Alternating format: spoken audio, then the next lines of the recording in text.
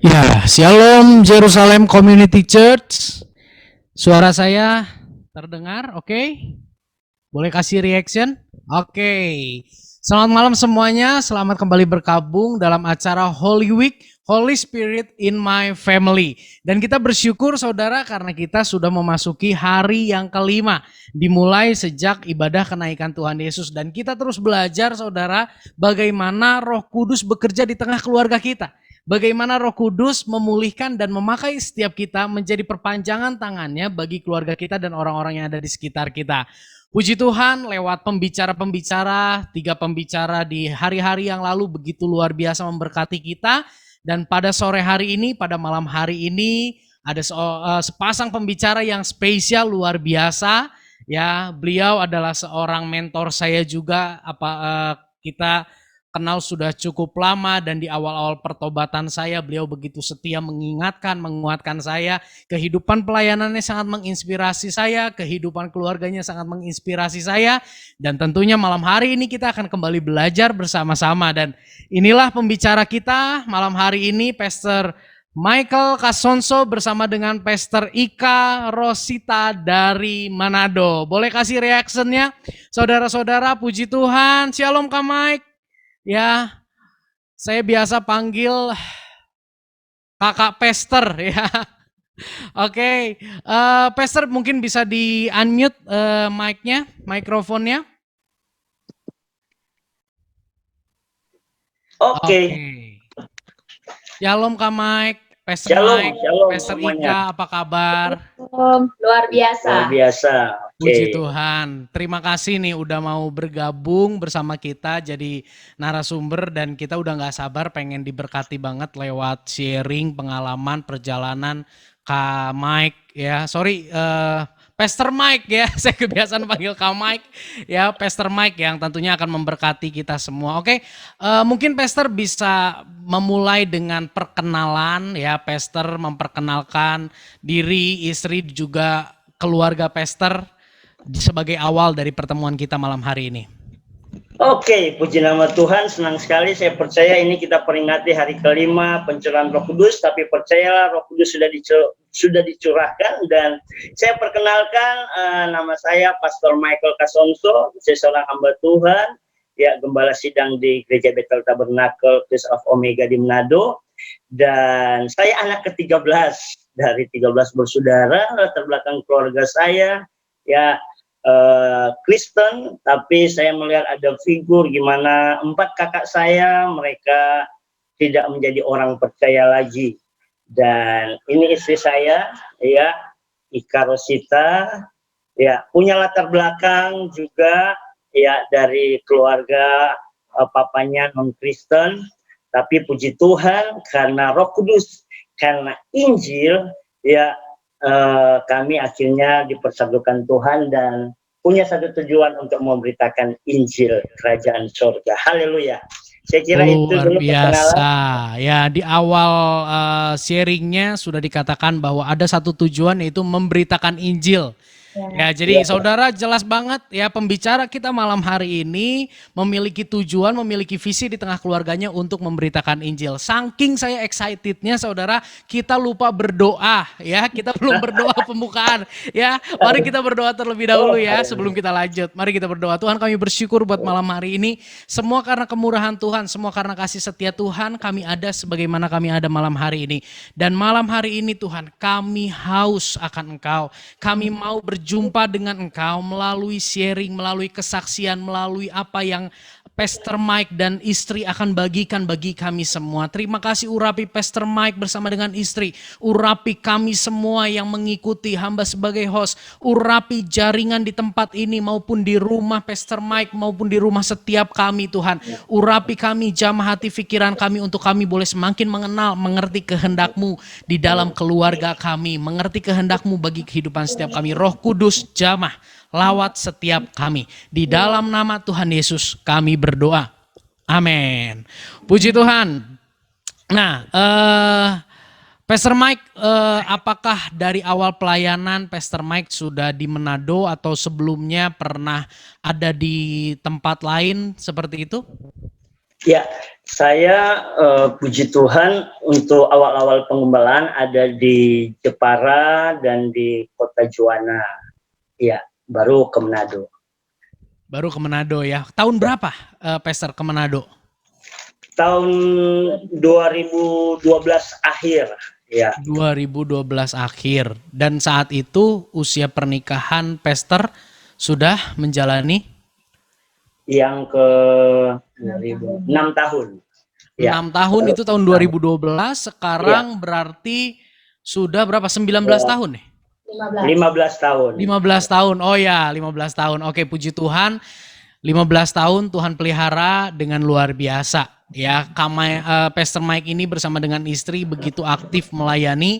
Saudara, kalau saudara melihat di sosial media, saudara ya, Pastor Mike ini bersama dengan istri begitu giat memberitakan Injil, saudara. Ini yang sangat menarik, yang menjadi apa ya, mungkin bisa dikatakan sebagai ciri khas dari Pastor Mike ini, memberitakan Injil ke pemulung-pemulung, ke kaum marginal, begitu luar biasa. Nah, yang pertama yang ingin kita tanyakan nih Pastor, perbedaan antara memberitakan Injil dengan bersaksi itu apa? Kadang orang memandang itu sama saja, tapi kenapa penyebutannya seringkali dikelompokkan, ada bersaksi dan juga penginjilan seperti itu. Mungkin Pastor bisa jelaskan buat kita semua. Oke, Roh Kudus akan kasih tahu, tapi saya dulu mau bertanya, setelah dikasih tahu tentang beda penginjilan dan bersaksi, maukah Anda semua yang mengikuti ini mau menginjil dan menjadi saksi Kristus? Amin. Wow. Nah, sebenarnya begini, penginjilan dan bersaksi itu adalah satu Great Commission. Itu perintah, kata-kata terakhir dari Tuhan Yesus sebelum dia naik ke surga, ya, Markus 16 ayat 16. Di situ Tuhan perintahkan, ingatkan, kamu harus jadi saksiku. Sebab apa? Barang siapa percaya kepadaku, dia selamatkan. Tapi barang siapa tidak percaya akan dihukum. Jadi tujuannya sama, ya, penginjilan dan bersaksi hanya satu pribadi yang kita beritakan, yaitu Tuhan Yesus Kristus sebagai penyelamat.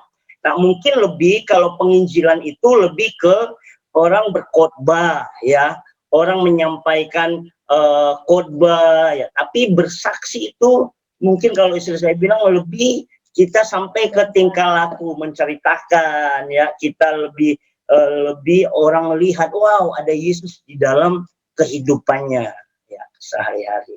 Tapi tujuan intinya penginjilan dan bersaksi itu hanya satu. Kita menceritakan, menunjukkan bahwa Yesus itu Tuhan, Yesus itu juru selamat. Ya. Oke, jadi tujuannya mungkin hanya bentuknya agak sedikit berbeda ya. Ya. Seperti itu ya, tujuannya untuk membawa atau memperkenalkan tentang Yesus sebagai Tuhan dan juru selamat. Nah, saya melihat nih Pastor ya, Pastor bersama dengan istri begitu antusias, begitu semangat, luar biasa, menggebu-gebu. Bahkan di sini juga tadi saya sempat berbincang juga dengan Ibu Veronica. Selamat malam Ibu Veronica, ya, jemaat dari Pastor Mike di Manado sana, ya. Nah, kita ingin tahu nih Pastor, bagaimana Pastor bisa memiliki antusias yang sedemikian rupa dalam memberitakan Injil, dalam bersaksi, ya. Apalagi sekarang kan makin lama makin kesini kalau kita lihat orang tuh kayaknya makin egois, ya, makin egois, semuanya berpusat kepada diri sendiri sehingga kayaknya tidak ada waktu untuk menceritakan, memberitakan tentang Yesus seperti itu. Mungkin Pastor bisa sharing ke kita bagaimana bisa memiliki api yang terus membara dan konsisten sedemikian rupa. Ya, hanya satu, Pastor Yusak, yaitu hatinya Tuhan, keselamatan bagi semua orang manusia. Roma 1 ayat 16 itu ditulis oleh seorang penginjil juga, Rasul Paulus bilang, Injil itu kekuatan Allah. Injil, bukan penginjilnya. Ya, jadi kami begitu Tuhan taruh, Roh Kudus taruh, kamu harus menginjil. Saya sejak 25 tahun lalu bertobat, sampai hari ini setiap hari saya harus menginjil. Karena saya tahu, Injil itu kekuatan Allah yang menyelamatkan. Jadi satu alasan kenapa kami begitu on fire, ya, kami berkorban, karena keselamatan. Keselamatan itu sudah hal yang paling penting bagi umat manusia. Saudara lihat setiap hari, setiap detik ada orang mati. ya menjadi pertanyaan. Ya tadi saya baca Yeskiel 33 ayat 11. Tuhan tidak menghendaki kematian orang fasik. Perhatikan, Tuhan mau ya orang itu mati sudah mendengar Injil, percaya Yesus hidup dalam kebenaran dan dia masuk surga. Jadi itu yang mendorong ya, saya percaya Roh Kudus yang memenuhi kami ya, kami begitu on fire ya. Kami mengalami tetap banyak tantangan, tapi kami tahu yang penting satu jiwa selamat. Saya punya pengalaman ya, saya bilang tadi, saya punya kakak ya, waktu saya sudah bertobat, saya punya kakak dia sudah tinggalkan Yesus ya, dia pindah agama lain, dan waktu saya bertobat ya, awal-awal, halo ya, waktu saya bertobat awal-awal, Tuhan Roh Kudus sudah suruh saya untuk bersaksi, untuk menginjil dia ya, tetapi karena waktu itu saya tidak taat. Saudara, apa yang terjadi seminggu setelah saya dengar ya suara Tuhan untuk bersaksi, saya dengar dia akhirnya mati ya, dia meninggal, dan saya tahu dia ada di mana sekarang. Jadi itu yang membuat kami terus, Tuhan ya, saya juga puji Tuhan ya, melihat betul hanya Injil itu kekuatan Allah ya. Orang harus tahu siapa Yesus ya. Kami sampai hari ini ya, di musim corona pun ya, anugerah Tuhan, kami dari juga pemerintah kami boleh dapat ya izin untuk ada ibadah di outdoor. Di situ kami gunakan kesempatan untuk menginjil, orang dengar Injil, KKR Jalanan. Mungkin dari itu ya, Pastor Yusa. Dahsyat. Ya, luar biasa. Ada satu pengalaman yang sangat menarik, saudara, yang tadi Pastor Mike sharingkan tentang bagaimana kakak dari Pastor Mike ini belum sempat diinjili, gitu, seperti itu ya, Pastor ya. Jadi akhirnya meninggal tanpa iman percaya kepada Yesus sebagai Tuhan dan Juru Selamat. Itu yang menggoparkan semangat Pastor Mike. Nah, pengen tanya nih ke Pastor Ika nih sekarang nih. Bagaimana nih Pastor ketika masuk dalam rumah tangga bersama Pastor Mike yang memiliki antusias, yang memiliki semangat yang begitu menggebu-gebu dalam memberitakan Injil. Apakah dari awal sebelum pernikahan juga Pastor Ika juga sudah memiliki antusias yang sama, atau di dalam perjalanannya akhirnya Pastor Ika sebagai penolong mengikuti apa yang Pastor Mike lakukan bersama Roh Kudus? Silakan Pastor Ika. Iya, dari awal saya bertobat, Tuhan hanya kasih saya satu modal, yaitu hati yang penuh dengan belas kasihan. Karena penginjilan tanpa belas kasihan itu omong kosong, nonsen. Orang tidak akan bisa menginjil tanpa belas kasihan. Jadi dasar penginjilan itu adalah belas kasihan. Nah, itu model pertama ketika saya bertobat, Tuhan kasih hati yang penuh belas kasihan dengan jiwa-jiwa. Jadi ada satu kesaksian ketika saya awal-awal bertobat, itu saya lihat anak-anak di pinggir jalan, anak-anak pemulung. Tiba-tiba air mata saya menangis, air mata saya keluar. Saya bilang, Tuhan, mungkin saya tidak seperti suami saya kalau menginjil, tapi ketika air mata itu keluar, di situ saya berdoa. Nah, setelah kami menikah, dari modal yang penuh dengan belas kasihan ini, Tuhan bawa untuk kami bisa menginjil. Karena ketika kami melihat jiwa-jiwa yang mereka terhilang, kaum marginal, Tuhan kasih hati untuk berbelas kasihan. Mereka perlu Yesus. Di dunia mereka sudah sengsara, di dunia mereka hidupnya sudah susah. Kalau mereka nggak dengar tentang Injil, mereka tidak bisa percaya kepada Yesus, otomatis kita tahu di mana tempatnya. Nah, mungkin itu. Oke, luar biasa. Jadi dari awal sebelum masuk di dalam pernikahan pun sudah memiliki compassion, belas kasih, memiliki visi yang sama seperti itu ya. Oke, nah ini penting nih buat anak-anak muda yang malam ini mungkin join, yang sedang menantikan pasangan hidup ya kan, yang sedang mempersiapkan pernikahan. Yang pertama yang mesti dicek itu bukan fisiknya sempurna atau enggak ya kan. Biasanya anak-anak muda yang diceknya itu dulu, yang kelihatan dulu. Tapi hari ini kita belajar dari Pastor Mike sama-sama, anak-anak muda pastikan menjalani, memasuki rumah tangga dengan pribadi yang salah satunya memiliki passion yang sama, tentunya passion kepada Kristus untuk memuliakan Kristus. Jadi nggak repot-repot. Katanya kalau di rumah tangga itu banyak masalah ya, Pastor ya. Iya, Gesekan-gesekan banyak terjadi ya. ada dong. Ada tentunya, apalagi kalau misalnya beda kesukaan, beda passion, wah pasti repot banget gitu ya. Nah, thank you Pastor Ika. Nah, tadi saya sangat tertarik dengan statement Kak Mike, bagaimana kakaknya meninggal dunia sebelum diinjili dan itu membakar semangat dari Pastor Mike untuk terus memberitakan Injil.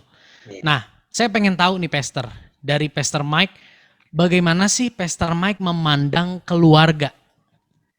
Di mata Pastor Mike, keluarga itu seperti apa? Karena ada yang memandang keluarga itu sebagai beban hidup, artinya beban hidup, wah kayaknya saya salah deh ditempatkan di keluarga seperti ini, akhirnya kepahitan, atau oh keluarga ya hanya kebetulan saja saya ditempatkan seperti ini. Kalau misalnya Pastor Mike boleh membagikan kepada kita bagaimana Pastor Mike memandang keluarga.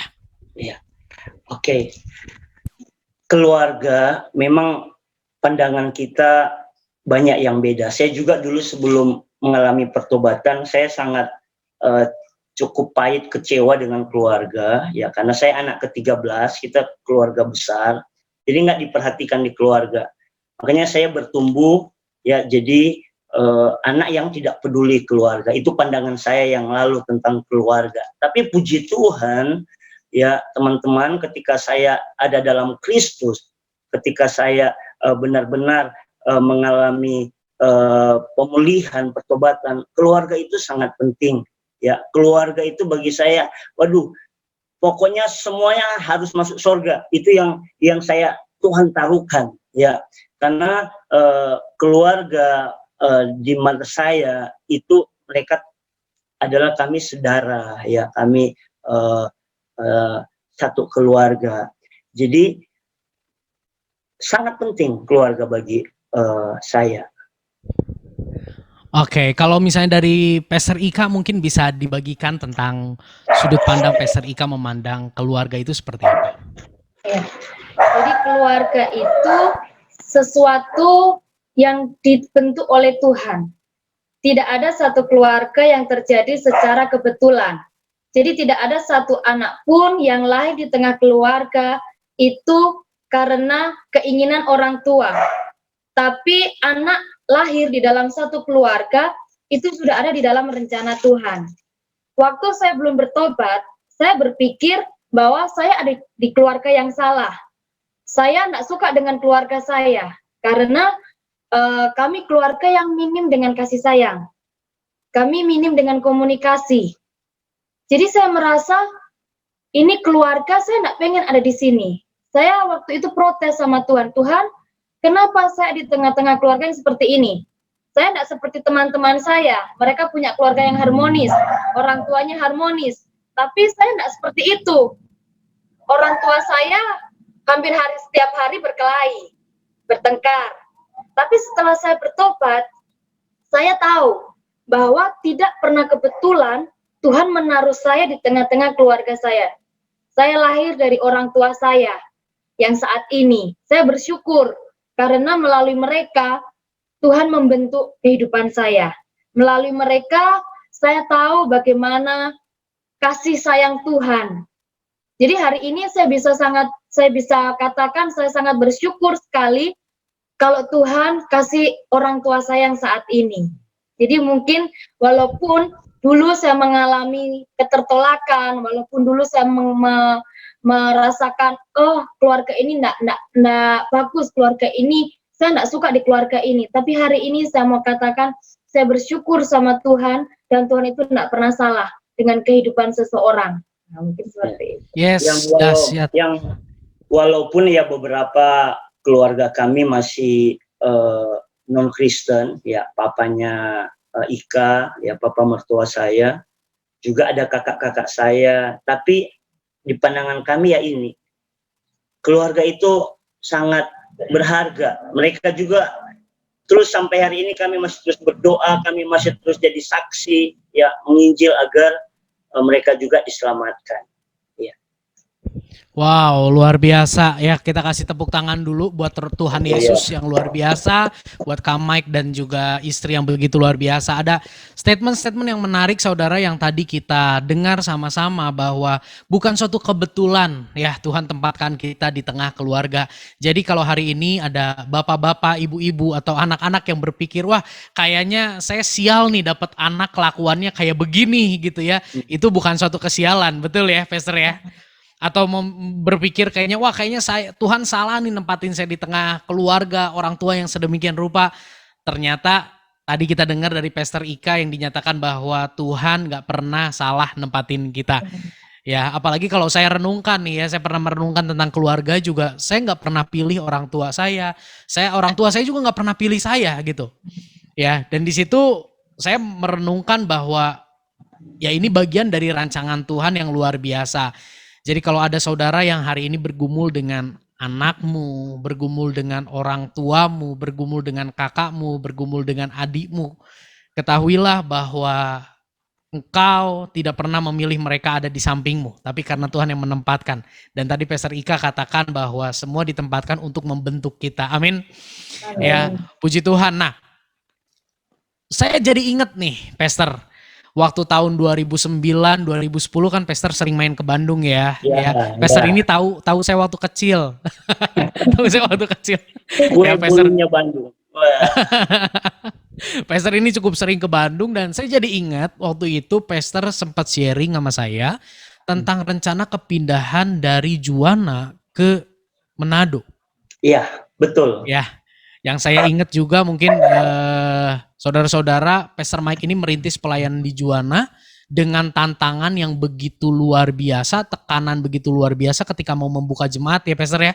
Ada fitnah dari bahkan bukan dari agama lain tapi dari gereja-gereja di sekitar memunculkan fitnah-fitnah begitu.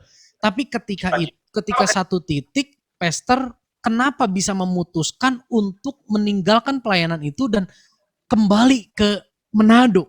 Padahal di Juwana itu sepertinya sudah nyaman seperti itu.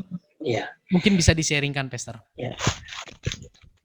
Jadi kami sadar kami ini hamba, ya hambanya Tuhan. Jadi Tuhan itu raja kami. Jadi kenapa kita kembali ke Manado? Itu karena panggilan. Dan saya kembali diingatkan tentang keluarga.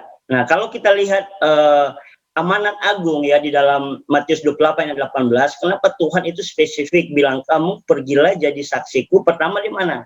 Yerusalem. Ya, kayak kita Jerusalem Community Church ya. Itu tentang berbicara keluarga. Saya kuat sekali Roh Kudus udah sampaikan saya karena saya 11-12 tahun 8-9 tahun udah pelayanan di Pulau Jawa, saya kemana-mana tiba-tiba Tuhan ingatkan ya waktu itu papa saya sudah tua, juga ada kakak-kakak saya yang dulunya mereka tinggalkan Yesus, mereka Tuhan kasih beban di hati saya, jangan sampai seperti kakak saya yang satu yang sudah dia meninggal tanpa mengalami pemulihan lagi. Jadi karena keluarga juga akhirnya saya dengan istri sepakat Tuhan kalaupun ini sudah menjadi panggilan kami akan kembali pulang ke Manado. Itu karena panggilan untuk keselamatan. Karena saya baca di Alkitab, saudara kalau ingat ya peristiwa Paulus dan Silas di penjara Filipi, yaitu di Kisah Rasul 16 ayat 30 sampai 35. Di situ ada satu ayat firman Tuhan yang berkata, kepala penjara di Filipi itu dia bertanya, bagaimana supaya apa yang harus kami lakukan supaya kami selamat? Dan Paulus bilang, percayalah kepada Tuhan Yesus Kristus, maka engkau dan seisi rumahmu kamu akan diselamatkan. Tadi sudah saya bilang, Tuhan, saya rindu papaku, kakak-kakakku, ponakanku, karena saya ponakan saya lebih dari 15 orang. Ya, saya itu seperti anak-anak saya dan saya lihat kehidupan mereka masih remaja, waduh, sudah free sex, sudah narkoba. Itu yang Tuhan tahu, kamu harus balik. Itu Yerusalem. Dan akhirnya dengan visi panggilan Tuhan, saya bukan visi saya untuk bangun gereja ini no. Ya, saya tahu di Juwana pun itu cuma kasih karunia Tuhan dan kesaksian luar biasa di Juwana. Ada banyak orang-orang non-Kristen, mereka yang bertobat sampai hari ini terus digembalakan ya di GBT Juwana. Dan puji Tuhan karena keluarga lagi itu harus diselamatkan. Jadi itu yang membuat saya ke Manado lagi akhir 2012. Demikian Pastor Bisa. Wow, luar biasa. Jadi di sini kita belajar bahwa keluarga itu merupakan hal yang sangat penting ya. Jadi Pastor Mike sudah lewat sharingnya memberi kita gambaran, peneladanan bagaimana keluarga itu penting sedemikian rupa. Bahkan kalau boleh dikatakan lebih penting daripada pelayanan yang sudah dirintis. Seperti itu ya. Pastor Ika tentunya dibawa ke Manado bukan hal yang gampang, betul ya? Bagaimana tuh ketika Pastor akhirnya dibawa ke Manado, mungkin Pastor Ika bisa sharing apa yang Pastor gumulkan saat itu dan apa yang Pastor lakukan untuk meneguhkan bahwa ya aku mau berangkat bersama dengan suamiku ke Manado. Ya, memang waktu suami men-sharekan ya visi panggilannya Tuhan untuk kami kembali ke Manado, itu bukan satu hal yang gampang. Karena kembali setelah saya bertobat, saya memiliki satu hubungan yang dekat sama keluarga. Nah, waktu saya disiarkan untuk kembali ke Manado, saya bilang, Tuhan, ini bukan satu hal yang gampang. Karena saya belum pernah injak Manado ini. Selama menikah, saya belum pernah satu kali pun ke Manado. Dan saya tahu orang tua saya juga pasti tidak akan kasih saya untuk ke Manado, walaupun saya sudah menikah. Karena kembali hubungan setelah saya bertobat, hubungan keluarga kami dipulihkan. Tapi saya tahu, saya bawa semua di dalam doa. Saya berdoa, Tuhan, kalau memang ini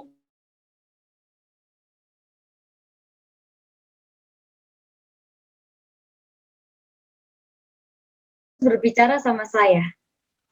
Dia bilang begini, Ika, kepulanganmu ke Manado itu seperti proposal yang aku perhadapkan di hadapanmu. Kamu mau terima atau enggak? Dan saya tahu, visi suami saya kembali ke Manado itu bukan untuk membangun gereja, tapi untuk keselamatan jiwa. Saya tahu sekali bagaimana Tuhan itu begitu ingin jiwa-jiwa itu diselamatkan. Karena sekalipun saya belum pernah ke Manado, suami saya selalu cerita bagaimana kehidupan orang-orang di Manado. Mereka memang perlu untuk penginjilan, perlu untuk dengar tentang Yesus. Nah, ketika Roh Kudus berbicara seperti itu, saya tahu Tuhan, ini hatinya Tuhan untuk saya kembali. Akhirnya, saya oke. Walaupun dengan berat hati saya menjelaskan ke keluarga saya juga, tidak gampang, tidak mudah. Karena mereka belum mengerti tentang panggilan hidup. Tapi saya menjelaskan, saya bicara Roh Kudus, tolong saya menjelaskan ke keluarga saya. Karena di situ posisi saya anak dari keluarga besar yang saya baru pertama kali untuk pergi merantau. Jadi bukan satu hal yang gampang buat keluarga saya untuk melepaskan saya. Tapi semua kembali ke panggilan untuk jiwa-jiwa. Luar biasa. Ya, di sini saya kembali melihat dengan jelas peran seorang penolong. Ya kan, peran dari kepala keluarga, Pastor Mike sebagai kepala keluarga, menangkap visi yang jelas dari Tuhan, menangkap tuntunan yang jelas dari Tuhan, dan sebagai istri ketika Pastor Mike takut akan Tuhan, istri dapat menghormati Pastor Mike seperti menghormati Tuhan, takut kepada Tuhan. Ya, ini menjadi pembelajaran. Mungkin di sini bukan semuanya pendeta ya. Di sini suami-suami, ada banyak kepala keluarga, di sini ada banyak para istri, ada banyak calon bapak, ada banyak calon ibu, calon suami, calon istri. Mari kita tangkap ini baik-baik bahwa sebagai laki-laki, yuk kita hidup takut akan Tuhan. Dan sebagai istri pastikan menemukan pasangan hidup yang takut akan Tuhan, sehingga menghormati suami yang takut akan Tuhan bukanlah perkara yang sulit karena kita sudah terlatih untuk menghormati Tuhan. Oke, thank you banget Pastor Mike dan Pastor Ika, dan kita mau lanjut nih ya, bicara tentang Manado. Manado itu kan sangat identik dengan Kristen. Seperti itu ya, Pastor ya. Mungkin di dalam benak Pastor juga waktu mau pindah, kan di sana tuh banyak orang-orang Kristen. Bukankah mereka sudah sering mendengar tentang Yesus? Kenapa perlu diinjili lagi seperti itu, Pastor? Mungkin bisa dijelaskan buat kita. Iya, banyak orang pandangannya lihat dari casing, kayak di Manado itu setiap 100-200 meter udah gereja. Ya, tapi kembali Tuhan yang paling tahu ya, orang-orang yang membutuhkan keselamatan. Dan memang saya juga waktu dapat panggilan, saya dapat informasi ya pada waktu itu, saya ingat sekali 2012 saya baca di akhir tahun, angka perceraian di keluarga di Manado itu sampai 117%. Jadi tinggi sekali, dan keluarga memang benar-benar dibombardir oleh kuasa kegelapan setan, dan itu yang merupakan panggilan kuat sekali, dan diteguhkan. Pada waktu kami mau berangkat, saya ditelepon tengah malam, ada teman saya, mereka mau bercerai dan dia mau mati gantung diri. Saya bilang, oh no, kamu harus diselamatkan oleh Tuhan Yesus. Jadi itu yang membuat Injil itu harus disampaikan, Injil itu harus diberitakan, karena kalau di Roma 1:16 di situ jelas dikatakan baik kepada orang Yunani atau orang Yahudi. Ya, jadi jangan lihat kota Kristen, waduh nggak butuh Injil, belum tentu. Jadi kita dimanapun Tuhan utus, Tuhan kirim, ya, terutama keluarga kita dulu. Saya percaya kenapa Tuhan ya mengutus kami, karena Tuhan sudah lihat ini berdua ini powerful, haleluya. Jadi ketika kami sekeluarga, bahkan dengan anak kami waktu itu masih kecil 3-4 tahun ya, kami 4 tahun, kami Tuhan utus. Jangan takut, kalau Roh Kudus yang mengutus kita, Tuhan yang mengutus, ada api penginjilan. Jadi semua karena berbicara hanya kuasa Tuhan saja, hanya Roh Kudus yang sudah dicurahkan ya, kita peringati hari-hari ini. Kan kami pun menginjil ya, itu karena Roh Kudus, karena ada api yang membuat kami begitu antusias ya. Jujur kami sampai ya awal 2012, waduh luar biasa, terjadi banyak sekali. Dan walaupun diproses sampai hari ini, puji Tuhan sudah ribuan orang ya, ratusan keluarga yang dengar Injil, dan mereka beberapa benar-benar diselamatkan oleh Tuhan. Gitu. Wow, luar biasa ya. Jadi ternyata bicara tentang menginjil itu bukan hanya bicara kepada orang yang berbeda agama saja ya, Pastor ya. Tapi kepada orang yang mungkin secara KTP Kristen juga tapi belum sungguh-sungguh kepada Tuhan, iring Yesus juga, itu merupakan target-target untuk kita beritakan Injil kepada mereka. Seperti itu ya, Pastor ya. Luar biasa. Dan ternyata saudara tadi kita dengar bahwa bukan hanya kuncinya bukan menjadi pendeta memberitakan Injil itu. Ya, tapi kuncinya adanya letak pada kepenuhan Roh Kudus, dikuasai oleh Roh Kudus. Betul ya, Pastor ya? Oke, nah ini ada pertanyaan nih, Pastor ya, yang masuk dari yang ada di room Zoom ini. Apa sih yang menjadi tantangan Pastor Mike dan istri ketika memberitakan Injil kepada keluarga? Iya. Khususnya yang di Manado. Nah, besok kita akan belajar tentang dari keluarga dari sisi KIK yang mayoritas masih Muslim. Dari Kak Mike ketika ke Manado itu seperti apa sih tantangan terbesar yang dialami? Ya, memang Alkitab ya sendiri menjelaskan, memang dengan keluarga sendiri itu aduh cukup sulit ya, bentrok. Saudara lihat saja Yusuf, musuhnya siapa? Saudara-saudaranya sendiri. Ya, Yefta, Tuhan Yesus sendiri. Jadi saya waktu pulang ya, dulunya mereka tahu ini anak bungsu yang nakal ya, mantan narkoba, pencuri, ini mau datang nginjilin, istilahnya sok-sok jadi pendeta itu nggak gampang. Makanya tadi yang saya bilang, akhirnya kami jadi saksi. Ya, saya beritahu mujizat luar biasa. Ada satu kakak saya, dia sudah tinggalkan Yesus, tapi ketika dia lihat perubahan, kami jadi saksi benar-benar Yesus. Ya, istilahnya kami orang Manado, kami jadi pambahe, murah hati ya. Ketika dia ada di rumah sakit, kami datang mendoakan, bukan hanya mendoakan, kami bantu, kami menolong ya, memberi kami jadi saksi dan luar biasa. Ya, satu kakak saya yang dia kena cancer juga, yang mujizat Tuhan terjadi dan dia sembuh, ya akhirnya dia kembali kepada Yesus. Jadi memang tantangan untuk keluarga sendiri itu nggak gampang. Tapi percayalah ada Roh Kudus, ada kasih senjata kita yang luar biasa. Dan memang butuh proses, nggak 1-2 hari ya. Sampai hari ini juga kami masih terus berjuang menjadi saksi buat keluarga kami yang belum percaya. Jadi memang tantangan yang ada itu kita harus tetap percaya bahwa Tuhan pun mengasihi ya keluarga kita. Yang walaupun cara penginjilan kita ya pasti beda. Mereka anggap kita ya kamu ini anak yang bungsu. Tapi saya lihat ya kakak-kakak saya sampai hari ini mereka kalau ada masalah pergumulan mereka minta doakan saya, dan saya lihat itu sudah saya menginjil menjadi saksi tanpa pun saya khotbah mereka seperti saya khotbah di gereja, tapi mereka melihat. Dan puji Tuhan luar biasa kesaksian dari kakak saya 4 yang tinggalkan Yesus ya, 2 mereka sudah kembali dan mereka sudah percaya Tuhan. Haleluya. Wow, luar biasa. Nah, menarik tadi Pastor katakan dianggap anak kecil, dianggap maksudnya usianya di bawah, lalu dianggap siapa sih ini dulunya hidupnya nakal, direndahkan.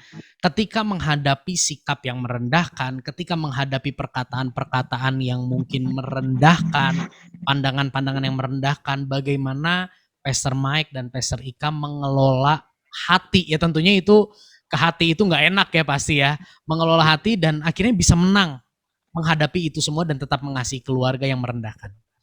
Gimana tuh Kak? Saya dengan istri kami biasa bangun komunikasi ya, karena istri saya juga akhirnya baru kenal keluarga saya, model kakak-kakak saya, ponakan saya.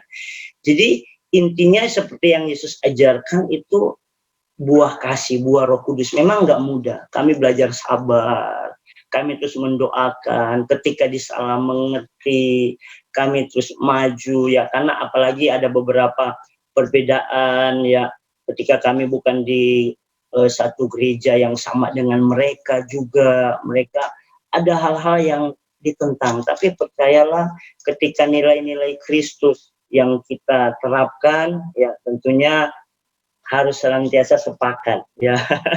Kami ini sepakat juga, saya sebagai suami istri ya, termasuk contoh kecil masalah keuangan, kami sepakat misalnya ketika saya mau memberkati ada kakak saya atau orang tua saya uang gini, istri saya harus tahu itu bagian dari kesaksian kami dan kami jadi berkat luar biasa. Pokoknya luar biasa. Ada banyak saya lihat ponakan-ponakan kami, mereka lihat wow, om tante mereka benar-benar ada Yesus.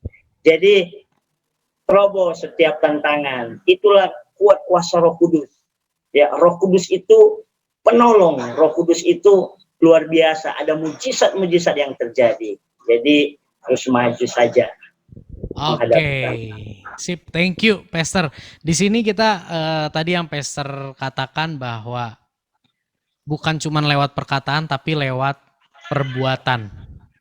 Seperti itu. Kayaknya perbuatan itu lebih berbicara ya, lebih banyak ya, Pastor ya. Betul. Untuk keluarga-keluarga di sekitar kita, karena di sini mungkin banyak nih saudara-saudara yang bergumul nih, menggumulkan tentang kakaknya, adiknya atau orang tuanya yang masih belum percaya Yesus. Biar hari ini kita belajar ya. Kalau ada yang mau tanya lebih spesifik lagi, boleh ya di kolom chat. Kita masih ada waktu sekitar 40 menit ya, masih ada 40 menit ke depan saudara. Jadi kalau misalnya ada yang mau tanya secara spesifik, secara lebih jelas lagi nggak apa-apa ya, bagaimana menginjil kepada kakak, kepada adik, kepada saudara, kepada orang tua, seperti itu. Nah, di sini juga ada pertanyaan lagi nih Pastor. Buat kami yang tidak mempunyai latar belakang teologi ya, secara teknis apa yang harus dipersiapkan untuk memberitakan Injil, khususnya di tengah lingkup keluarga? Ya, istri saya saja yang jawab karena dia nggak sekolah Alkitab. Ayo, saya. Iya. Jadi memang secara basic teologi, saya nggak ada basic teologi. Saya basicnya sarjana ekonomi. Tapi kembali semua ada dalam pimpinan Roh Kudus. Kita tidak akan bisa menginjil, kita tidak akan bisa jadi saksi tanpa Roh Kudus yang mengurapi kita, tanpa Roh Kudus yang memenuhi kehidupan kita. Jadi sekalipun tidak ada basic secara teologi, tapi kalau kita dipenuhi oleh Roh Kudus, maka Roh Kudus yang akan memberikan kata demi kata untuk kita bisa bersaksi. Roh Kudus yang akan menjelaskan kepada masing-masing kita untuk bagaimana kita menyaksikan tentang Yesus. Karena pribadi Yesus itu sesuatu yang sederhana untuk kita jelaskan, sesuatu yang nyata. Jadi bukan hanya teori, tapi kehidupan. Jadi pribadi Yesus tentang kasih, pribadi Yesus yang mengampuni, pribadi Yesus yang lemah lembut. Nah, itulah yang akan menjadi kesaksian kita buat keluarga kita. Karena kalau buat saya sendiri, kesaksian untuk keluarga itu bukan hanya kesaksian menginjil dengan kata-kata secara teologis, tapi lebih kepada tingkah laku, perbuatan. Karena seperti Pastor Yusak tadi katakan bahwa perbuatan itu berbicara lebih banyak daripada perkataan kita. Jadi itu yang mungkin bisa saya jelaskan, bahwa sekalipun mungkin Bapak Ibu Saudara tidak punya basic secara teologi, tapi bukan berarti saudara tidak bisa menginjil. Karena menginjil itu adalah kekuatan Roh Kudus yang diberikan dalam kehidupan kita. Saya tambahkan sedikit, Pastor. Jadi sekalipun kita nggak punya basic teologi ya, tapi saya percaya firman Tuhan yang sudah kita baca, renungkan, ya. Jadi Injil bersaksi itu kan hanya tentang pribadi Yesus. Nah, itu yang firman yang menjadi kehidupan kita. Nah, saya seperti kemarin tanggal 13 Mei, lebaran di kakak saya tertua. Saya tidak menginjil berkhotbah, istri saya juga nggak pandai khotbah, bertobatlah, no. Roh Kudus tuntun kami, ya kamu bawa saja. Dulu berlebaran-lebaran yang lalu kami disuruh bawa ini, ya, kemarin kami hanya disuruh bawa saja ya angpau, uang. Dan saya akhirnya Tuhan bilang mungkin ini lebarannya terakhir, karena kakak saya yang paling tua sudah cukup tua, umurnya sudah 73. Saya minta Roh Kudus. Saya tidak andalkan S2 saya pandai khotbah, saya hanya pegang tangannya, saya tatap matanya. Saya bilang, Kak, pakai kontekstual bahasa mereka. Saya bilang, Isa Al-Masih, itulah Tuhan Yesus Juru Selamat. Jadi, jangan takut selama kita dipenuhi Roh Kudus dan firman Tuhan, itu akan mengalir. Amin. Nah, bagian kita melangkah. Amin. Karena salah satu dipenuhi Roh Kudus itu taat, berani. Haleluya.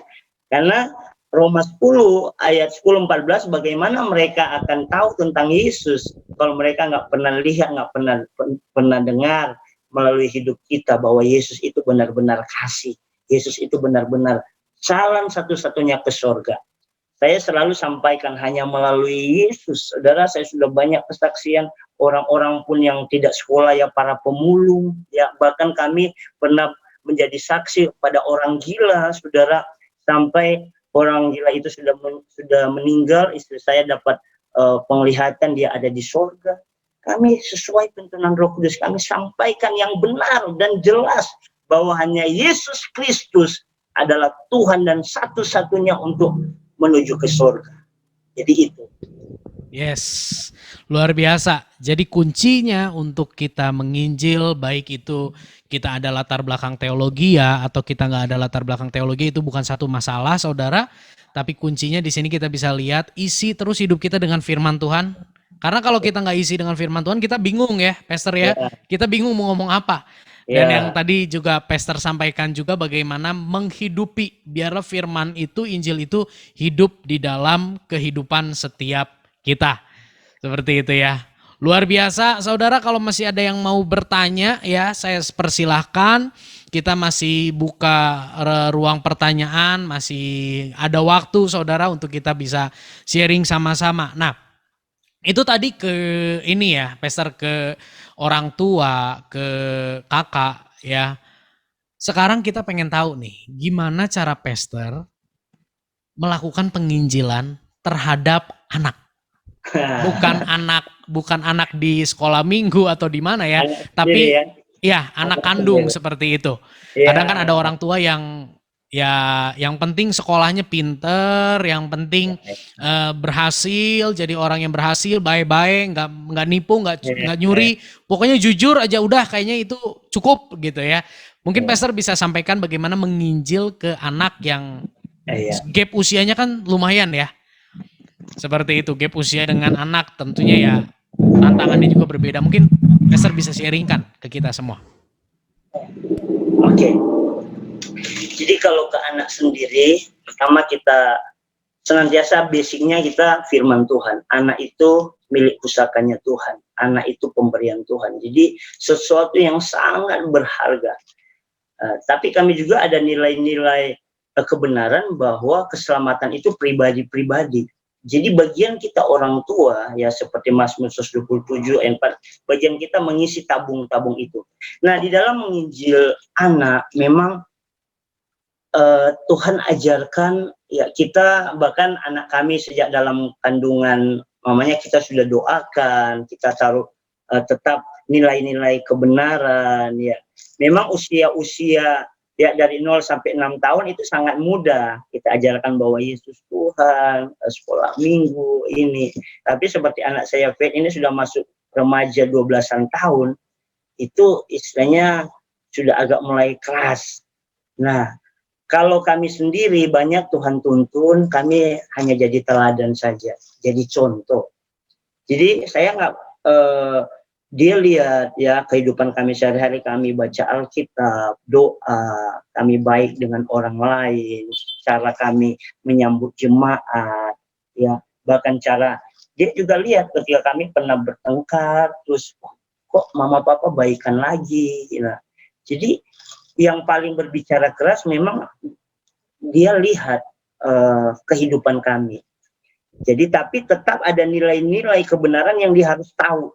Saya tanamkan benar hanya melalui Yesus, dan kami tanamkan nilai-nilai kebenaran, ya.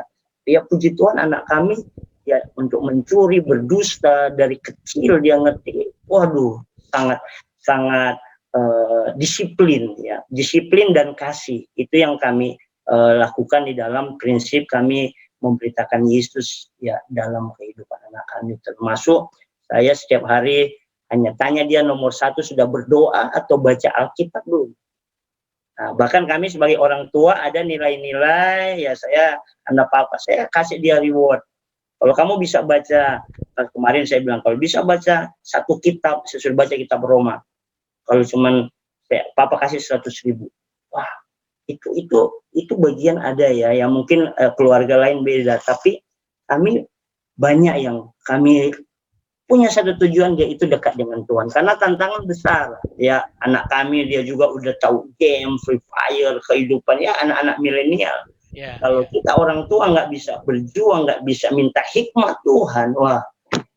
Karena banyak kesaksian, maaf anak-anak pendeta, pastor, aduh bisa ini. Jadi itu yang kami lakukan, intinya tetap nilai firman Tuhan yang jelas siapa Yesus itu kami tanamkan. Kami tanamkan setiap ada kan firman tanaman-tanaman yang tidak ditanam oleh Bapa Surgawi itu harus dicabut. Nilai-nilai ya, dia juga banyak nilai-nilai teman-temannya di media sosial. Oh begini nggak apa-apa, waduh. Tapi yang paling utama yaitu dia lihat teladan kami, ya. Oke, luar biasa. Kembali lagi teladan ya, teladan firman yang dihidupi. Nah, ada nggak sih Pastor waktu-waktu khusus yang digunakan oleh Pastor, misalnya ayo duduk sini, Papa atau Dedi mau sampaikan firman ke kamu, seperti itu, waktu-waktu khusus yang digunakan untuk menyampaikan Injil itu, atau berjalan aja seperti itu, ada nggak Pastor?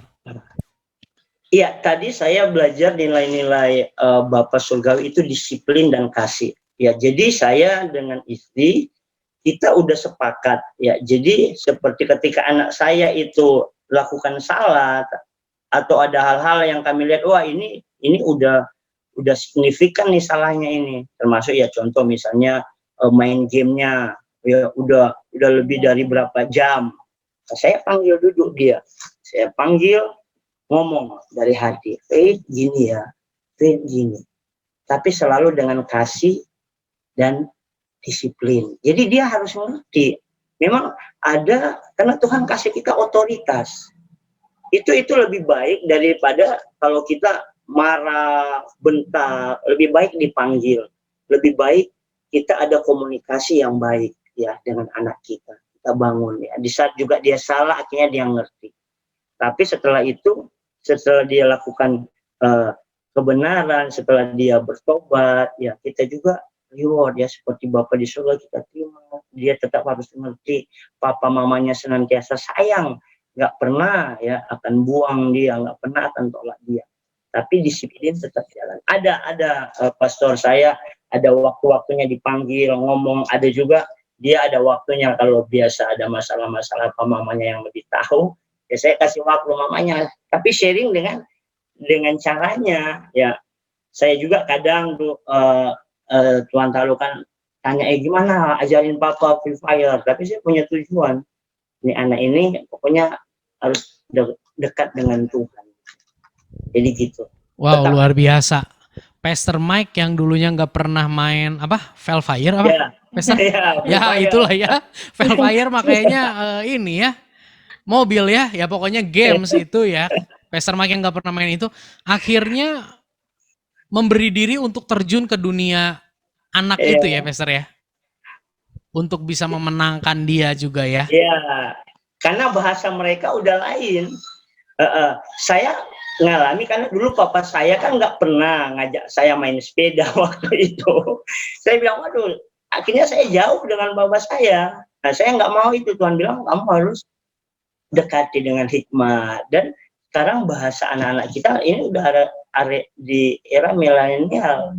Jadi saya Tuhan kasih, saya bisa masuk, wah dia ketawa sama apa ya gini, saya sambil mainan sekarang, tapi saya tanamkan nilai-nilai, kenapa kita harus menang, nilai-nilai perjuangan. Tuhan kasih hikmat, kontekstual lah, ya kenapa dia harus upgrade, harus menang, senjatanya ini hebat. Nah saya bilang dengan Tuhan juga kehidupan harus gitu. Selama kita hidup jujur, hidup ini ya. Sekarang kan kemarin kan sekolah online ya, nilai-nilai akhirnya yang tadinya dia rajin sekolah jadi malas bangunnya dari jam 6 sekarang jam 9. Nah itu kita bagian kita harus jadi itu. Jadi tetap ada komunikasi. Wow, luar biasa. Ya, quality time adalah kunci sukses untuk menyampaikan Injil kepada generasi yang ada di bawah kita. Luar biasa. Nah, tadi Pastor sampaikan tentang menanamkan nilai-nilai. Kalau saya boleh gambarkan mungkin pagar-pagar seperti itu ya Pastor ya. Pagar-pagar dalam kehidupan anak faith.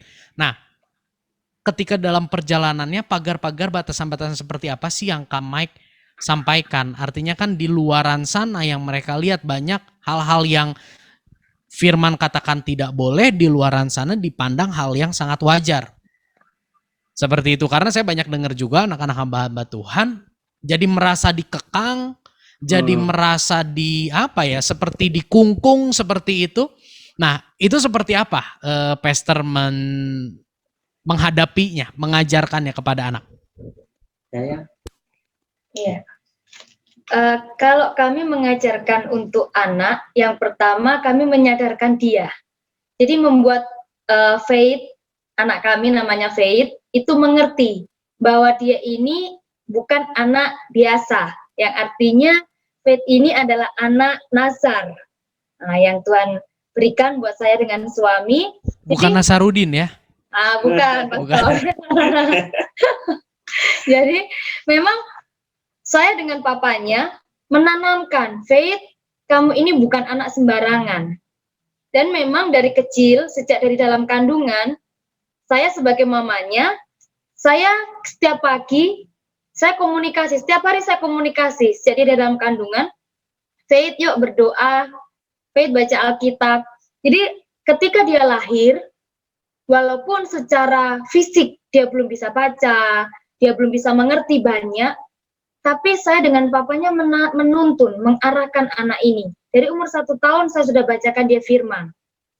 Ada pagar-pagar yang dari kecil kami sudah tanamkan tentang kebenaran firman. Contohnya, Faith tidak boleh mencuri. Faith tidak boleh bohong. Itu dosa. Nah, itu pagar yang kami tanamkan, yang dia pegang sampai hari ini. Tentang kekudusan, karena dia sudah mulai beranjak remaja, kami tanamkan kekudusan. Ada banyak hal, jadi dalam masa-masa remaja, kami tidak lagi menjadi orang tua yang kaku, tapi kami berusaha menjadi sahabat, supaya ketika dia ada hal-hal yang dia mau tanyakan, dia rasa nyaman untuk dia mau tanya. Jadi saya tanamkan ke dia bahwa kami tidak menekankan, Faith, kamu itu anak hamba Tuhan, kamu itu anak pendeta harus begini, begini. Sehingga dia merasa ternyata begitu susah ya jadi anak hamba Tuhan, ternyata begitu berat jadi anak pendeta. Enggak, kami tidak menanamkan itu. Tapi kami membuat dia sadar bahwa dia ini anak pilihan, dia bukan anak sembarangan, dan yang paling penting itu adalah rasa takut akan Tuhan. Itu kami tanamkan buat Faith. Dari kecil sampai sekarang kami tanamkan hati yang takut akan Tuhan. Jadi dia sekalipun jadi anak pendeta, jadi anak hamba Tuhan, gembala, dia tidak merasa terbebani dengan posisinya. Dia tidak merasa berat dengan posisinya karena dia masih boleh kami izinkan bermain, kami masih izinkan untuk juga main TikTok, lihat TikTok, kami juga izinkan dia untuk main game online. Cuman kami tanamkan jadi berkat. Saya selalu ajarkan ke dia begini, Faith, lihat papa caranya menginjil di media sosial. Nah, kamu juga harus bisa menginjil di media sosial. Kamu jago di media sosial, kamu bisa edit-edit, kamu kasihlah kata-kata untuk menginjil ke teman-teman WA-mu, ke komunitas-komunitasmu. Jadi dia punya banyak komunitas. Jadi saya bilang, Faith, kamu ini anak pilihannya Tuhan. Kamu harus pakai hidupmu untuk jadi berkat. Sebagaimana papa dan mama ini kamu lihat, kami menginjil, kami jadi saksi, demikian juga kamu. Jadi ada hal yang sudah ditanamkan, terus kami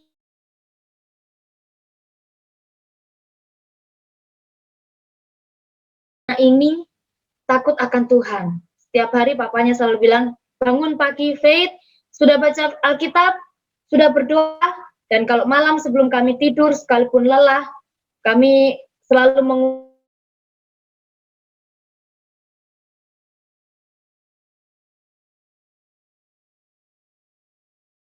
satu yang akan membuat orang tua dengan anak itu jadi dekat. Orang tua dengan anak itu jadi intim. Karena begitu banyak kegiatan kami di dalam pelayanan, karena anak ini sudah mulai remaja, dia banyak sering di rumah, jadi inilah waktu-waktu quality time. Kadang papanya juga ajak Faith jalan-jalan, Faith ke mall, Faith mungkin nonton, cerita-cerita. Nah, itu adalah quality time. Jadi itu waktu-waktu yang nggak bisa untuk dibuang. Ya, saya tambahkan sedikit. Jadi tentang pagar, itu harus, kita nggak boleh turunkan standar yang Tuhan ajarkan. Jadi pagar firman Tuhan, dia harus tahu. Ya, contoh ya, kemarin dia tanya, Papa, SD, SMP, atau SMA bisa pacaran? Tapi kami dengan komunikasi, saya nggak langsung bilang, wah nanti ini. Saya tanya, saya jelasin dia. Saya suruh baca dia 2 Timotius 2 ayat 22. Jadi ayat-ayat. Jauhilah nafsu orang muda. Oh, nafsu jadi saya jelasin. Jadi dengan bahasa mereka. Jadi kita jadi orang tua nggak usah kaku, termasuk jadi hamba Tuhan. Saya banyak belajar dari firman Tuhan sendiri dan Roh Kudus tuntun. Jadi saya dengan anak saya jadi sahabat. Saya bilang, emangnya sudah ada yang naksir sama kamu? Memang anak kami memang ganteng. Iya, Bapak. Cuma kan kayak pagar bapaknya. Di dunia, iya, pagar-pagar di dunia kan beda. Banyak di Manado ini SD saja udah pacaran. Tapi saya jelasin. Artinya dia ngerti, oh berarti nanti udah mau masuk kuliah, udah mulai kerja, itu ya Pak. Iya, kamu udah ada tanggung jawab. Jadi kita enak gitu. Jadi tetap nilai-nilai kebenaran itu nggak bisa dikompromi. Ya, tentang kekudusan. Karena kalau kita ditanam anak sejak kecil, remaja itu, wah. Tapi kalau udah mulai tua, apalagi kuliah, yang punya anak kuliah udah jadi besi tua, agak sulit. Makanya ya seperti Pastor Yuta, anak itu dari 0 sampai 6 tahun itu sangat itu usia-usia emas untuk dibentuk. Waduh, luar biasa. Oke, luar biasa. Pastor luar biasa sharingnya. Tadi disampaikan buat anak-anak yang remaja itu bisa dikatakan besi tua gitu ya, walaupun belum setua bapaknya dan belum setua ibunya ya. Iya, Tapi itu cukup sulit. Nah, besok kita akan bahas tentang bagaimana menginjil kepada anak yang udah beranjak remaja. Ya, jadi pastikan saudara-saudara, hari ini kita tinggal sedikit waktu lagi. Pastikan besok kita ketemu lagi jam 7, kita akan membahas lebih dalam lagi, khususnya bagaimana kepada anak-anak yang dikatakan oleh pastor tadi adalah besi tua. Ya, nah, lewat hal ini ya pastor tadi kita sama-sama belajar bahwa pentingnya kesepakatan suami istri. Betul ya. Jadi kalau di sini ada anak-anak muda yang mau masuk di dalam pernikahan, di sini ada pasangan-pasangan yang sedang berdoa untuk keturunan hadir di dalam keluarganya. Hari ini kita belajar sama-sama bahwa kita hari-hari ini harus membangun kesepakatan, menjadikan firman Tuhan, kebenaran itu sebagai yang prioritas di dalam kehidupan setiap kita. Nah, ini ada pertanyaan nih. Oke. Bagaimana membangun sebuah keluarga yang sehat dan kokoh dalam Alkitab? Ya mungkin maksudnya keluarga yang sehat dan kokoh menurut Alkitab itu seperti apa dan bagaimana membangunnya? Itu mungkin pertanyaannya. Oke. Itu kalau dasar ayat kan ada di Mazmur 127. Kalau bukan Tuhan yang membangun rumah tangga, sia-sia. Jadi rahasia ya untuk satu keluarga yang kokoh, yang bahagia, ya, yang diberkati, itu satu kata, komunikasi. Komunikasi dengan Tuhan dan komunikasi dengan keluarga. Itu sangat penting. Ya, ketika komunikasimu baik ya dengan Tuhan, masalah pergumulan, jangan kira ya tiap keluarga itu semuanya ada pergumulan masalah ya. Kami ini juga keluarga kontraktor. Nah, karena sudah hampir 8 kali pindah rumah. Gereja 12 kali pindah. Itu masalah. Saudara ngangkat-ngangkat sampai ya lemari pakaian kami udah nggak bisa diangkat. Jadi tapi karena ada komunikasi, kami tetap kokoh ya. Mau dibilang bertengkar, ya pastilah bohong kalau keluarga hamba Tuhan pun nggak ada masalah. Tetap ada. Tapi ketika ada komunikasi, ketika ada saling menerima, oke, sayang minta maaf. Dan kami sering kasih tahu, ya istri saya seperti saya orang Manado, istri saya orang Jawa. Bedanya beda. Untuk makanan aja, saya suka makan tinutuan, dia suka makan bakso. Bulu bakar. Ya, jadi komunikasi itu penting banget dan harus berani untuk ya ada masing-masing orang tipenya, ada suaminya pendiam, ada istrinya nggak mau ini, tapi dasar firman Tuhan itu komunikasi. Makanya lambang kita Kristen itu salib. Itu kenapa Tuhan mau datang ke dunia, kan Tuhan mau komunikasi dengan manusia, itu jelas. Makanya dia jadi anak manusia. Nah begitu juga dalam keluarga yang kokoh, mari komunikasi dengan Tuhan nomor 1, komunikasi juga dengan istri, anak juga, itu sangat penting. Oke, luar biasa. Jawaban yang singkat, jelas, namun sangat tajam. Komunikasi dengan Tuhan dan juga komunikasi dengan sesama. Kalau bicara komunikasi dengan Tuhan, kita bisa ya tenang dalam waktu sendiri. Pagi-pagi bangun tidur, pasangan belum bangun, biasanya ribut sama pasangan. Di kamar mandi kita bisa berdoa, bisa pakai baca firman Tuhan. Nah, sekarang Pastor, gimana memulihkan hubungan yang sudah mulai rusak atau komunikasi lah yang sudah mulai rusak antara suami dengan istri, dan bagaimana menjaga agar komunikasi itu bisa berjalan dengan baik, karena kita tahu tadi komunikasi syarat utama, salah satu syarat utama untuk keluarga itu kokoh dan sehat. Ya. Silakan Pastor. Ya, kalau masih ada satu pihak yang mau memperbaiki, itu pasti akan terjadi pemulihan. Tapi kalau dua-dua udah nggak mau, mau dipulihkan pun nggak bisa. Tapi makanya Tuhan ajarkan kamu yang lebih kuat atau yang lebih dahulu ngerti hatinya Tuhan, cepat minta maaf. Saya punya pengalaman 15 tahun dengan istri, kalau bertengkar, saya tahu, oh Tuhan, saya yang harus lebih dulu minta maaf, walaupun ini yang salah. Bisa ngerti. Jadi untuk membangun hubungan yang retak harus ada yang memulai. Itulah kerendahan hati, minta maaf. Itu nggak akan terjadi perceraian selama hubungan itu masih mau diperbaiki. Ya, makanya satu yang Tuhan sangat benci itu perceraian. Nggak lagi dua-dua mau memperbaiki. Kami sering banyak konseling dengan keluarga-keluarga yang sudah mau bercerai. Kalau masih ada satu orang yang rendah hati yang mau memulai hubungan saling minta maaf, pasti akan diperbaiki. Dan yaitu kalau sudah istilahnya saling damai, kita udah tahu kan, oh istri saya sukanya ini, saya dulu nggak peka, istri saya sukanya tas, ya dulunya saya waduh ajak makan aja, tapi setelah ngerti, artinya gini, setelah kita ngerti oh kesalahan ini, jangan jatuh ke kesalahan yang sama, ya. Jadi belajar untuk memperbaiki, dan itu selalu di komunikasi. Saya nggak tahu kalau istri saya suka apa, dia nak mau apa. Kalau nggak ada komunikasi, demikian juga sebaliknya.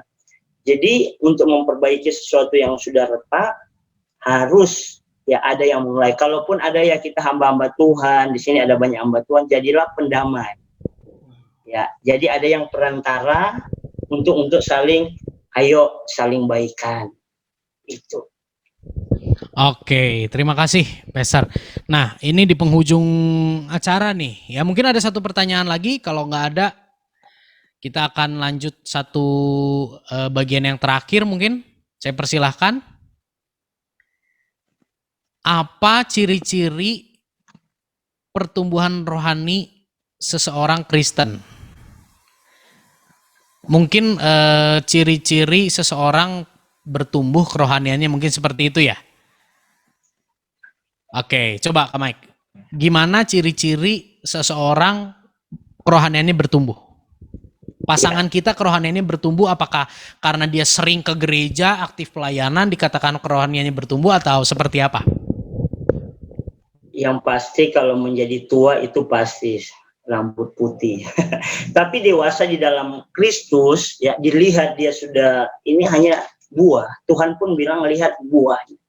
Ya, 9 buah Roh Kudus itu nyata, sudah tertulis kasih, sukacita, damai sejahtera, kesetiaan, kebaikan, kemurahan hati, penguasaan diri, itu dewasa rohani.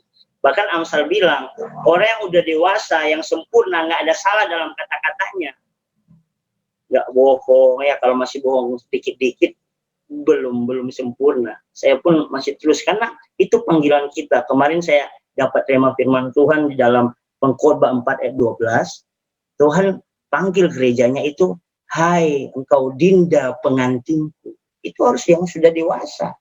Ya, Pastor Yusuf yang baru menikah, dia menikah dengan istrinya yang sudah dewasa.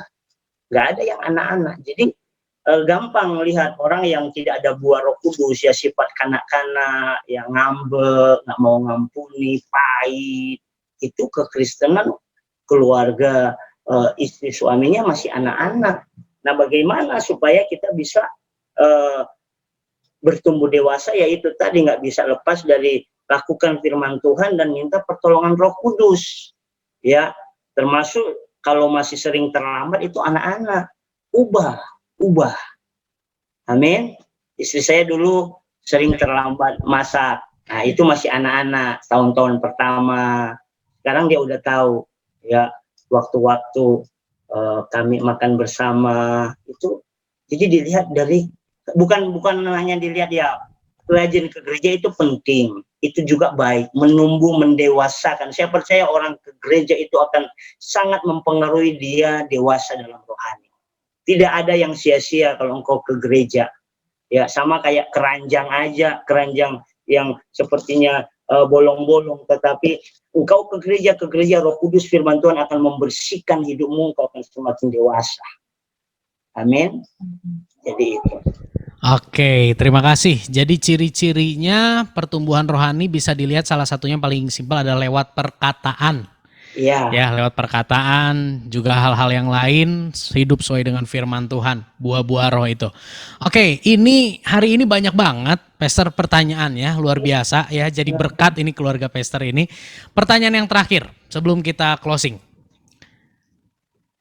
Sebentar ya, saya coba cerna dulu pertanyaan ini. Oke, seberapa penting sih kata-kata maaf? Karena ada orang yang memandang bahwa nggak perlu minta maaf, tunjukkan saja dengan perbuatan. Seberapa penting kata-kata maaf itu, apa cukup ditunjukkan dengan perbuatan atau harus dengan perkataan maaf dan ditunjukkan dengan perbuatan, atau cukup dengan perkataan saja tanpa perbuatan? Silakan Pastor. Itu tergantung ya dengan siapa ya. Ketika lawanmu ya yang berbuat salah, mereka sudah bisa lihat dari tingkah lakumu yang sudah memaafkan. Saya percaya kata maaf sudah nggak diperlukan lagi. Tetapi ada orang-orang yang memang butuh ya pengakuan. Ya, Tuhan sendiri saja mengajarkan jika kita mengaku. Jadi tinggal dari kerendahan hati kita, tapi saya sendiri lebih klop, tunjukkanlah dengan kata-kata dan dengan perbuatan. Saya dengan istri, walaupun ya saya tahu dia sudah memaafkan ya dari tingkah lakunya dia, tapi saya tetap datang yang sorry ya. Ya, karena perkataan itu powerful ya. Ya. Dan arti kata cinta, kata kasih itu memang nggak cuma di kata-kata, tapi tindakan. God is love itu bukan hanya sekedar kata-kata, tapi tindakan. Tapi berkata-kata juga itu bagian dari tindakan. Jadi datanglah minta maaf, sebut I'm sorry. Apalagi suami istri, itu istri paling suka, senang dua kata itu. Sorry sayang dengan I love you. Ucapan saya setiap hari. Saya sebelum tidur, sesudah tidur saya bilang I love you sayang. Kalau dia salah, saya pun salah. Sorry ya, maaf. Jadi bukan itu powerful. Oke, nah Pastor Ika nih yang sering atau dikatakan oleh Pastor Mike maaf ketika ada masalah, ditambah dengan kata maaf lewat sikap, lewat perbuatan nampak sudah memaafkan, tapi Pastor mengatakan lagi maaf seperti itu. Nah, gimana sih perasaan istri ketika mendengar kata maaf dari suaminya? Jadi ketika kami ada sedikit selisih paham, akhirnya sedikit ribut, memang suami saya yang paling pertama itu minta maaf. Jadi kata-kata maaf itu untuk seorang wanita sangat penting. Jadi kata-kata maaf untuk seorang wanita itu menjadi satu tanda bahwa keadaan sudah membaik. Ya, jadi betul-betul ada kesungguhan hati. Jadi sangat penting karena sekalipun suami saya sudah menunjukkan sikap yang hubungan sudah baik, sudah enak lagi, tapi kalau ada kata-kata maaf, buat saya, aduh, kurang apa ya, kurang mantap gitulah. Begitu. Oke, terima kasih. Jadi untuk Yusak dan para bapak-bapak yang lain, pria-pria yang lain, ketahuilah bahwa bagi wanita, maaf itu merupakan perkataan yang penting dan menyejukkan hati. Seperti itu mungkin nih Pastor ya. Oke, terima kasih. Di penghujung acara, saya minta Pastor Mike dan juga menyampaikan pesan-pesan untuk bapak-bapak dan para suami yang ada di room Zoom ini, dan Pastor Ika menyampaikan pesan untuk para ibu dan para istri yang ada di room Zoom ini. Silakan. Kan anugerah Tuhan ya di kita memperingati ketuhanan Roh Kudus. Saya hanya mau sampaikan teman-teman, para pria, suami, ya M128. Gak usah minum M150. Mazmur 128. Laki-laki yang takut akan Tuhan. Tuhan janji istri dan anak-anaknya pasti diberkati. Saya modalnya hanya saya takut Tuhan. Ya. Saya nggak berzina, mabuk ini. Karena saya hanya takut Tuhan. Saya sering pelayanan ya sendirian dimanapun, tapi saya belajar takut Tuhan. Takut Tuhan artinya menjauhi kejahatan. Saya kalau kita sebagai laki-laki, kau hidup takut akan Tuhan, kau hormati Tuhan. Kita ini imam, kita ini kepala, ya, yang membawahi istri dan anak-anak kita. Saya tidak mau anak saya itu tidak diberkati, tidak bahagia, anak kesalahan saya. Ya, tapi saya belajar terus memang kita belum sempurna. Tapi ketika Tuhan lihat hati kita, Tuhan lihat hati kita yang mau hormat takut Tuhan, Tuhan tolong. Itu akan lihat. Kami sangat berbahagia, kami sangat diberkati, saudara. Bahkan kami bisa jadi berkat bagi keluarga-keluarga yang lain. Itu karena dimulai dari saya, imam, pemimpin keluarga, saya hormat dan takut akan Tuhan. Dari Pastor Ika, silakan. Ya, buat istri-istri, pesan saya, jadilah istri sebagai penolong, bukan perongrong. Jadilah partner, rekan sekerja bagi suami kita, jadi penolong buat suami kita, buat penopang, menjadi tiang doa di dalam keluarga, di dalam rumah tangga. Karena suami kita dan anak kita senantiasa membutuhkan doa-doa kita. Buat mama-mama, jadilah teladan buat anak-anakmu, supaya mereka bisa melihat keteladanan Kristus di dalam hidupmu. Oke, terima kasih. Ya, hari ini kita belajar banyak dan besok akan lebih banyak lagi. Jadi jangan lupa besok jam 7 malam, WIB jam 20, Wita ya di Manado. Wita dan Singapura ya, ini ada saudara kita juga dari Singapura, dari Manado, Singapura, Bandung, Jakarta, wah macam-macam kumpul semua di sini. Puji Tuhan. Dan untuk menutup, Pastor Mike boleh tolong berdoa buat kita semua, buat keluarga-keluarga, supaya Tuhan yang jamah, Tuhan yang pulihkan. Mari kita berdoa. Silakan Pastor Mike. Oh ya, Ramasek, kaya dapat, Rabu, kaya dapat. Oh Roh Kudus kami percaya Kau sudah dicurahkan bagi kami, Kau pribadi Tuhan yang hidup dalam kami. Terima kasih anugerah-Mu kami Tuhan, hamba-hamba-Mu suami istri.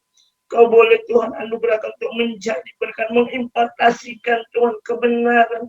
Tuhan, terima kasih betapa pentingnya Engkau yang membentuk keluarga, Engkau yang mau semua seisi rumah kami diselamatkan. Hamba berdoa dalam nama Yesus. Terima kasih karunia Tuhan, ada api Roh Kudus yang membakar hidup kami supaya kami hormat takut akan Tuhan, dan kami juga akan berani menjadi saksi buat Tuhan, keluarga kami khususnya Tuhan, buat suami istri, anak-anak kami, orang tua kami. Hamba berdoa dalam nama Yesus, bahkan keluarga yang sedang mau dipulihkan, mari Tuhan jamah setiap hati dalam nama Yesus. Saat ini kami percaya Roh Kudus Engkau Engkau mengalir, Engkau pulihkan, bahkan Tuhan nyatakan yang sakit Tuhan sudah sembuhkan. Tuhan, Engkau bangkitkan. Tujuan hidup kami jelas saat ini untuk memuliakan nama Tuhan. Ada keluarga-keluarga yang dikuduskan kembali. Mujizat Tuhan terjadi, di mana mujizat pertama Engkau berikan bagi keluarga-keluarga. Demikian juga saat ini terjadi mujizat. Engkau berkati Tuhan. Terima kasih untuk Yerusalem Community Church yang sudah Tuhan mengadakan melalui ibadah Zoom ini. Holy Week Tuhan.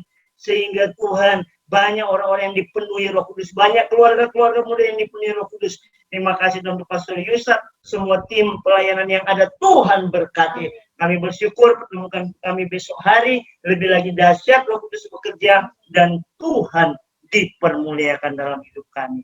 Demi nama Yesus Tuhan kami berdoa, haleluya, amin. Mari saudara kita tadahkan tangan untuk kita menerima berkat malam hari ini. Terimalah segala berkat daripada Allah Bapa, cinta kasih daripada Tuhan Yesus Kristus, persekutuan dengan Roh Kudus, hati yang takut akan Tuhan, hati yang mengasihi Tuhan, hati yang rela untuk menjadi pelaku firman Tuhan, ada saat ini sampai selama-lamanya dalam kehidupan kami semuanya. Memberkati keluarga, hubungan suami istri, hubungan orang tua anak, hubungan kakak adik, di dalam nama Yesus Tuhan pulihkan, kasih-Mu mengalir buat keluarga-keluarga kami Tuhan. Berdoa buat pekerjaan, perekonomian, masa depan, depan, studi, kesehatan, semuanya Tuhan. Terlebih lagi kerohanian dan pelayanan kami. Semua yang Tuhan percayakan pada kami. Ajar kami kelolanya dengan mengandalkan Tuhan, dengan takut akan Tuhan. Kami memperoleh yang terbaik daripada Engkau. Dan kami memuliakan Engkau dengan semuanya. Terima kasih Tuhan. Berkati Pastor Mike bersama dengan istri. Pakai dengan lebih luar biasa. Di dalam nama Tuhan Yesus kami berdoa. Amin. Puji Tuhan semuanya. Terima kasih Pastor. Tuhan Yesus memberkati. Sangat luar biasa. Makin semangat besok ya sharing-sharingnya kita ya. Makin antusias. Saudara-saudara jangan lupa besok jam 19. Oke, Tuhan berkati. Itu ada